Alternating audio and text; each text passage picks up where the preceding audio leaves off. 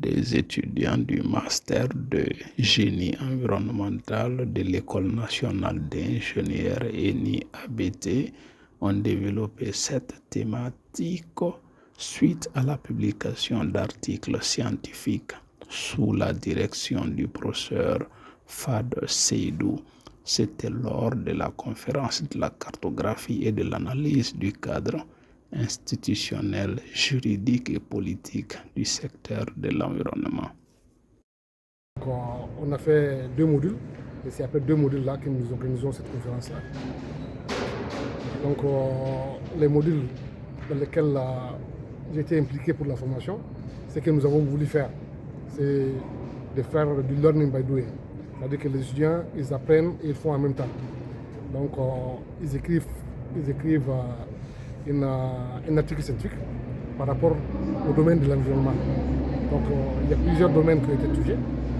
Le domaine des mines, le domaine de l'eau, le domaine des déchets liquides, le domaine des déchets solides, le domaine de la forêt, le domaine de la pollution de l'air et le domaine après la pollution de l'air, le domaine des énergies renouvelables.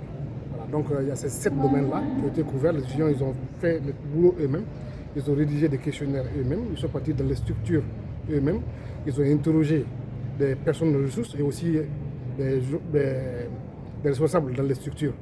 Et donc à travers tout ça, ils ont eu des réponses. Ils ont eu des réponses par rapport au texte, d'abord par rapport à l'application des textes, les résistances sur l'application des textes, les obstacles, les opportunités de certains textes, etc.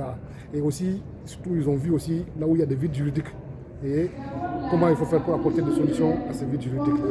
Donc, ils ont fait tout ce travail-là et ils ont rédigé des articles. Et ce sont ces articles-là qu'ils ont rédigés, qui sont venus aujourd'hui présenter à cette conférence. D'abord, il faut continuer les formations des étudiants, et à faire de la recherche, et à écrire des articles scientifiques. Et aussi, dans le cadre de l'environnement, je pense que tous ces domaines-là que je viens de citer, que les textes soient appliqués. Et que là où il y a des vides juridiques, là, on trouve des réponses adéquates afin d'avoir un bon environnement. Parce que sans un bon environnement, il n'y a pas de vie. Je peux dire que nous avons rencontré des difficultés. La première difficulté, ça c'est au niveau de la disponibilité un peu de ces personnes-là. Parce que ces personnes-là ne sont pas très disponibles. Nous avons envoyé des questionnaires, ils peuvent nous répondre juste la semaine prochaine après. Et la deuxième difficulté, ça c'était que ces personnes-là, beaucoup de personnes de ressources, eux-mêmes ne connaissent pas très bien ces tests. Ce sont les deux difficultés que nous avons.